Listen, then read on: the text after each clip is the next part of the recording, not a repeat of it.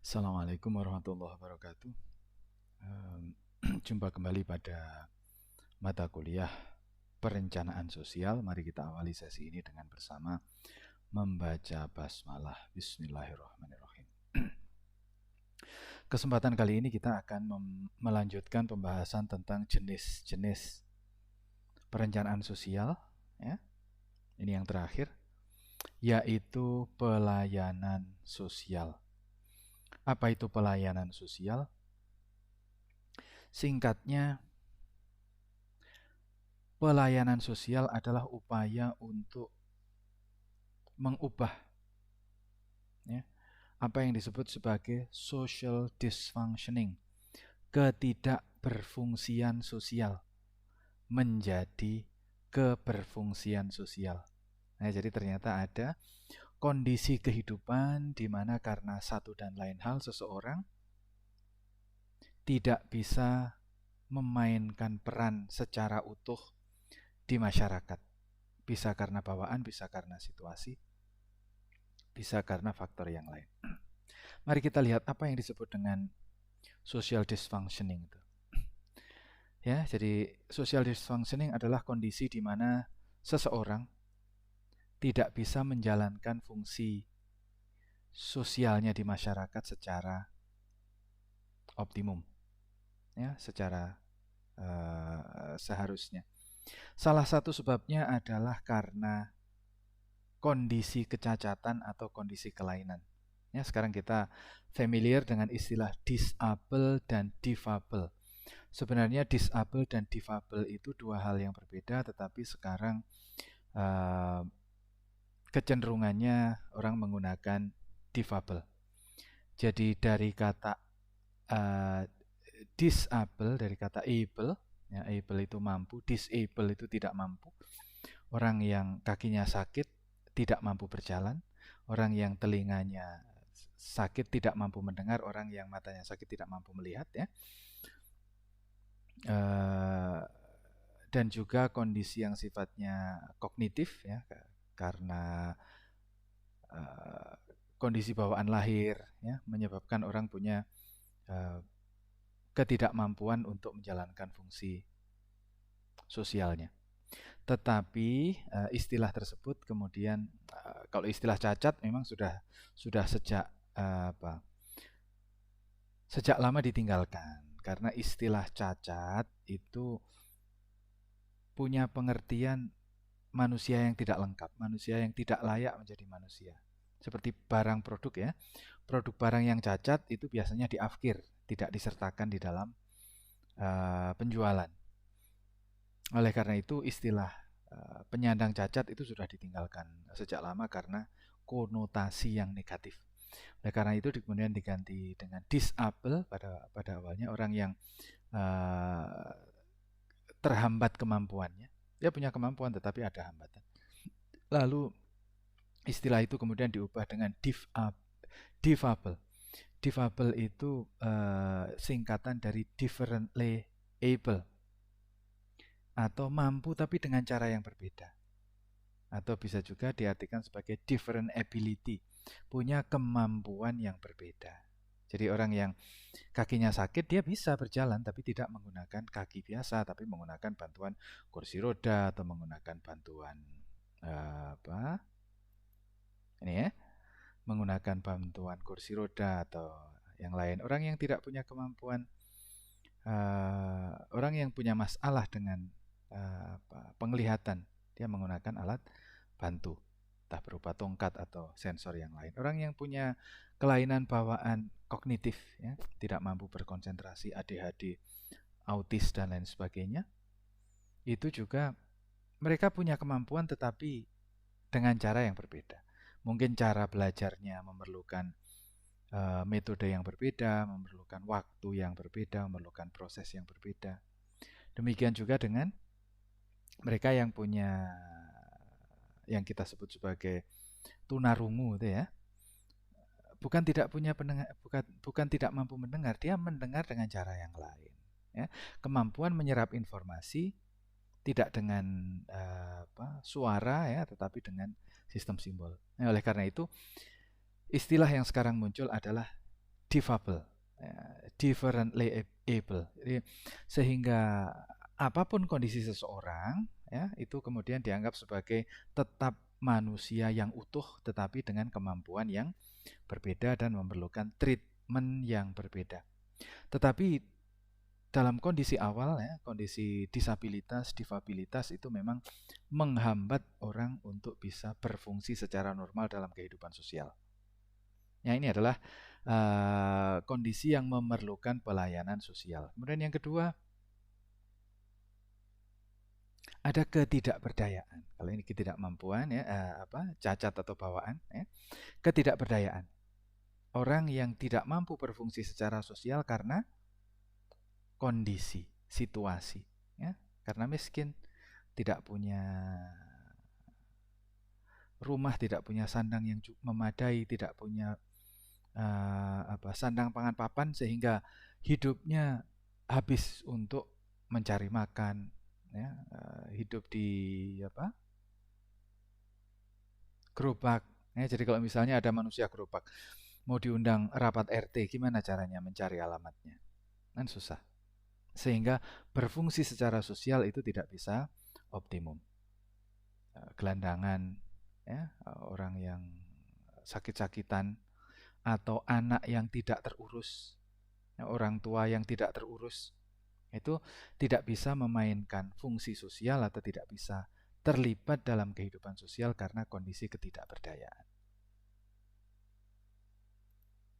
Ya, ada ini kawan lama saya dulu, ya, namanya Eko Prasetyo. Dia menulis buku sangat terkenal, judulnya Orang Miskin Dilarang Sakit. Ya, karena sakit itu mahal. Kalau mau sakit harus punya uang. Nah, ini. Kere rasa loro. Nah, ini sebenarnya adalah sindiran kepada sistem kehidupan, ya, terutama pemerintah yang tidak mampu menyediakan fasilitas kesehatan pada orang yang miskin. Ya, karena orang-orang sudah miskin sakit pula. Nah, itu kan ketidakberdayaan yang bertubi-tubi. Nah, oleh karena itu, kondisi ketidakberdayaan ini memerlukan pelayanan sosial. Mereka jelas tidak berfungsi secara sosial, diminta terlibat dalam gotong royong tentu tidak mampu karena sakit, apalagi diminta untuk nyumbang, jelas tidak punya uang, ya. Oleh karena itu, ketidakberdayaan, miskin, sakit, tidak terurus, ini memerlukan pelayanan sosial. Dan yang ketiga adalah penyimpangan, kriminal. Ini mungkin anaknya orang kaya, orang sehat, tetapi dia terjebak pada pola perilaku yang merusak, ya. Penyalahgunaan obat bius, ya, alkohol,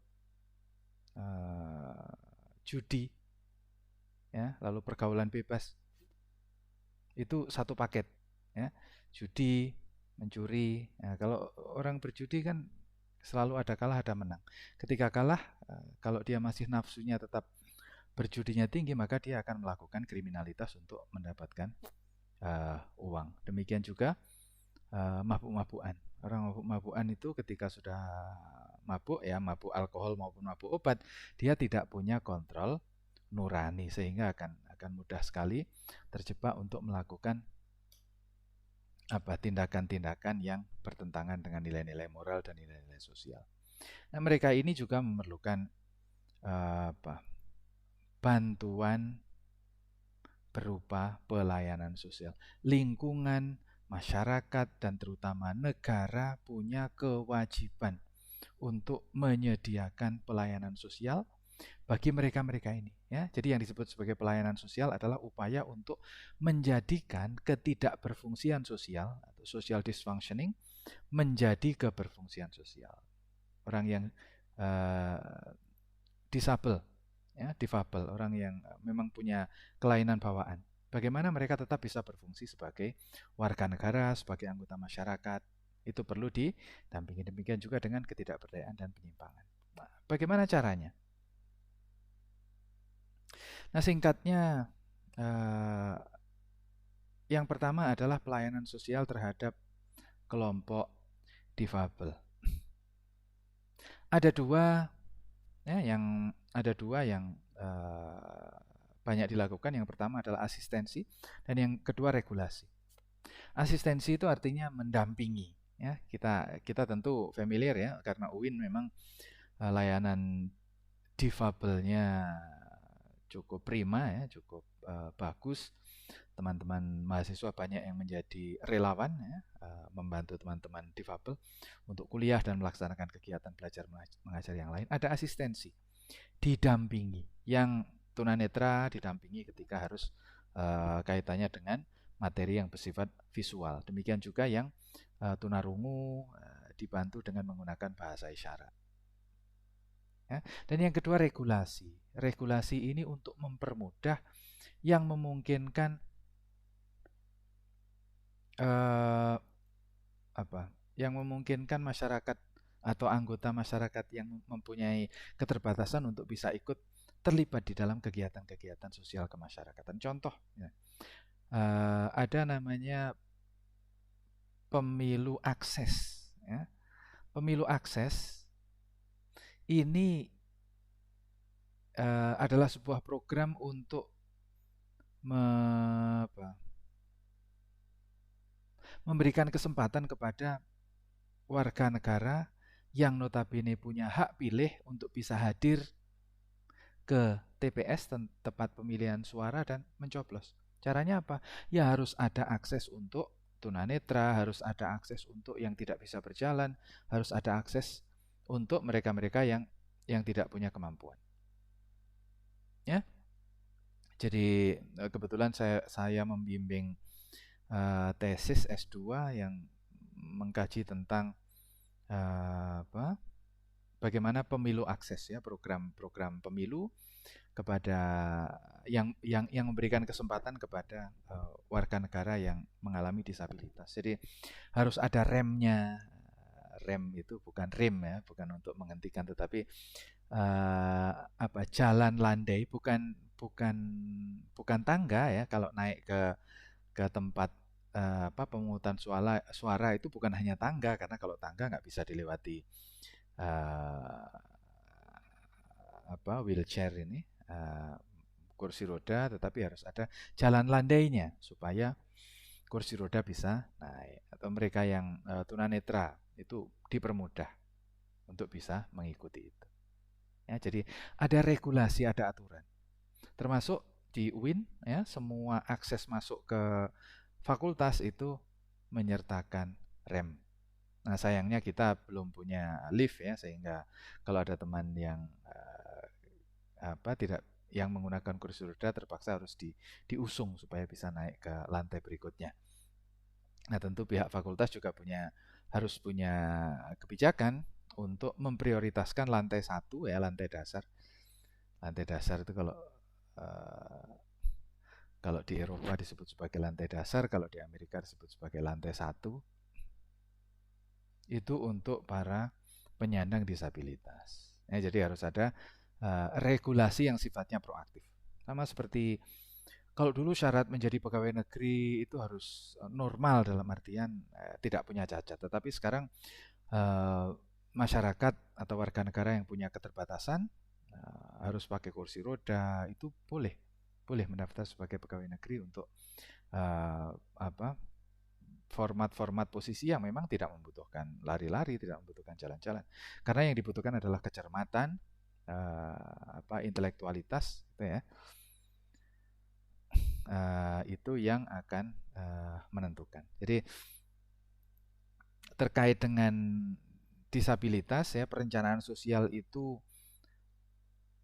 fokusnya ini, bagaimana mendesain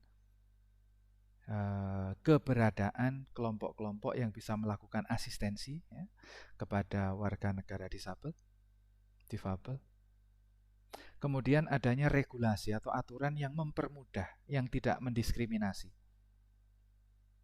Ya tentu dengan yang rasional ya, terutama kalau sekolah ya, kemudian bisnis. Kalau bisnis kan bisa saja karena itu sifatnya terbuka.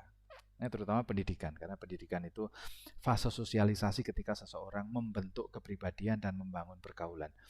Kalau warga negara yang mengalami disabilitas itu memiliki akses yang setara, akses yang sama di bidang pendidikan, maka besar kemungkinan bisa diharapkan ketika mereka tumbuh dewasa, mereka punya rasa percaya diri yang utuh. Ya, mereka tidak merasa sebagai orang yang kurang. Mereka akan meyakini bahwa berbeda itu tidak apa-apa. Mereka hanya berbeda saja. Yang lain jalan pakai kaki, ya dia jalan pakai kursi roda, nggak apa-apa. Ya, karena kursi roda kalau di negara-negara maju itu sudah otomatis dan canggih. Ya, jadi kalau di negara-negara Eropa, Australia, Amerika itu eh, bus kota ketika berhenti dia miring ke kiri supaya pintu masuk atau lantai di pintu masuk itu eh, menyatu dengan trotoar dan kursi roda bisa naik turun dengan lancar. Ya. Kalau berhenti miring, kalau ada pengguna kursi roda, kalau tidak ya biasa. Nanti setelah kursi roda masuk baru tegak. Dan di dalam bus kota juga ada ruang khusus yang digunakan untuk parkir kursi roda dan ada kuncinya. Ada kuncinya, ada parkir untuk kursi roda, ada parkir untuk stroller bayi, ya itu sebagai bagian dari upaya untuk memberikan pelayanan yang setara bagi mereka yang punya disabilitas. Di Indonesia sepertinya belum, tetapi arahnya ke sana. Artinya tidak mampu atau mobilitas menggunakan kursi roda itu tidak harus menghambat seseorang untuk bisa berfungsi secara sosial. Untuk menjadi seorang kepala desa boleh nggak pakai kursi roda? Ya, kenapa tidak?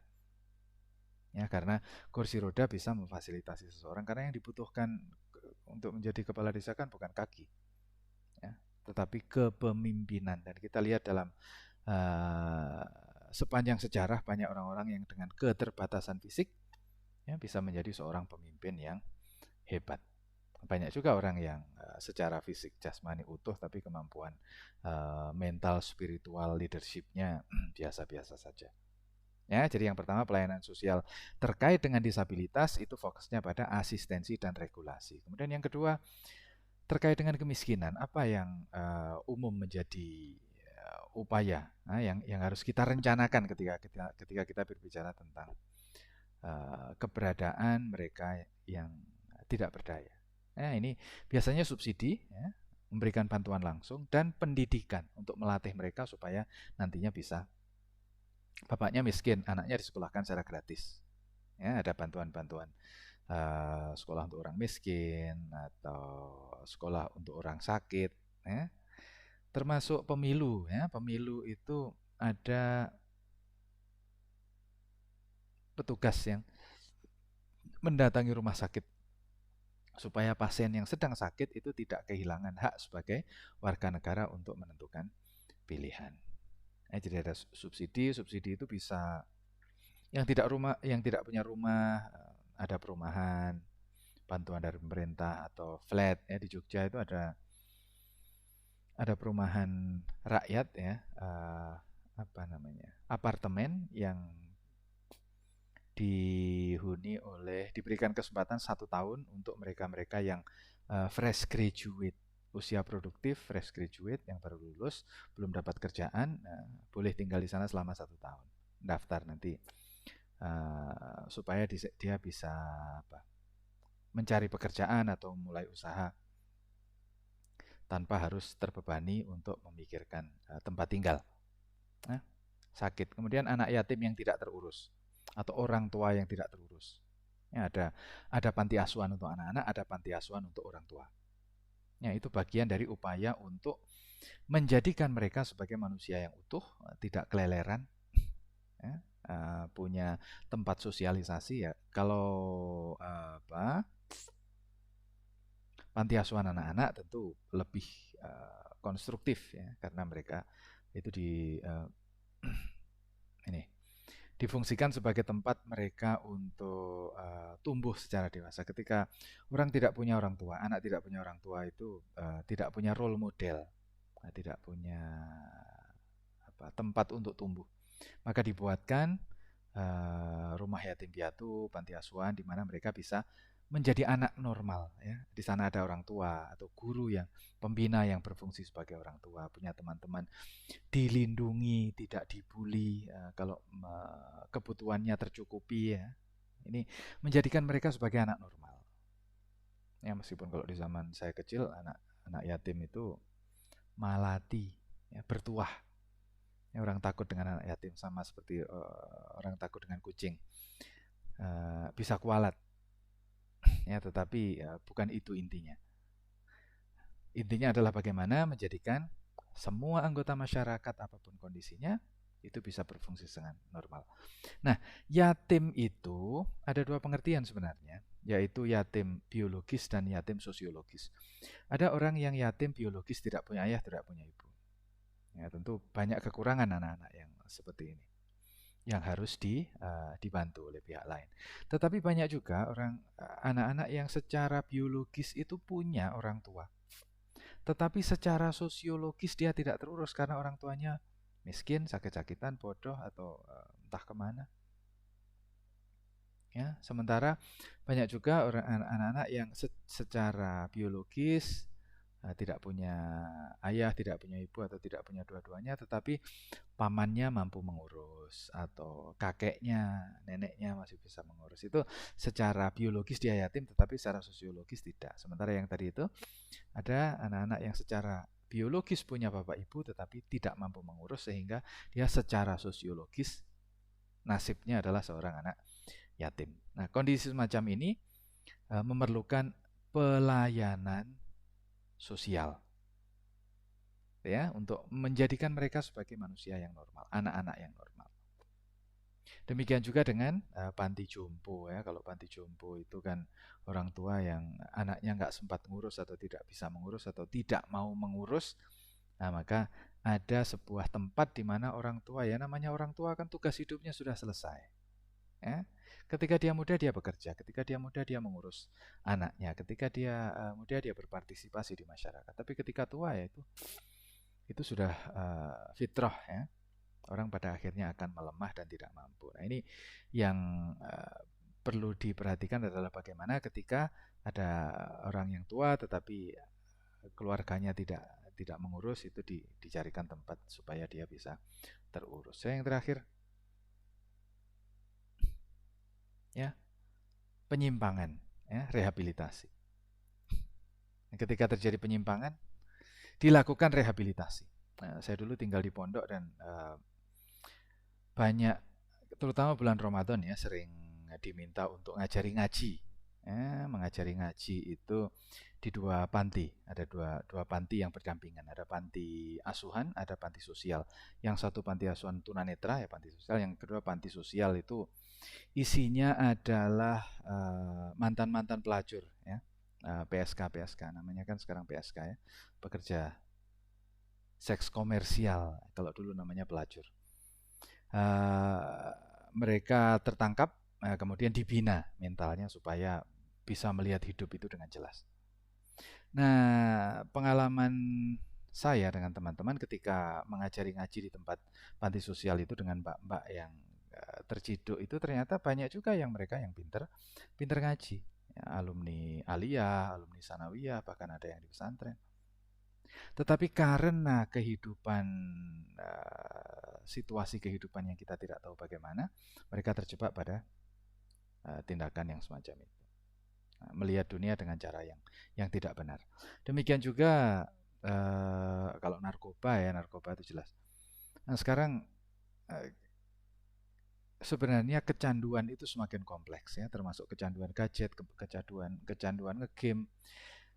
Kalau di Indonesia saya kurang tahu ya persisnya ya, tapi kalau di Korea kan sudah banyak diekspos bagaimana orang-orang itu bisa nginep kalau ngegame. Ya, nginep ngegame, nanti keluarganya datang membawa makanan. Ya.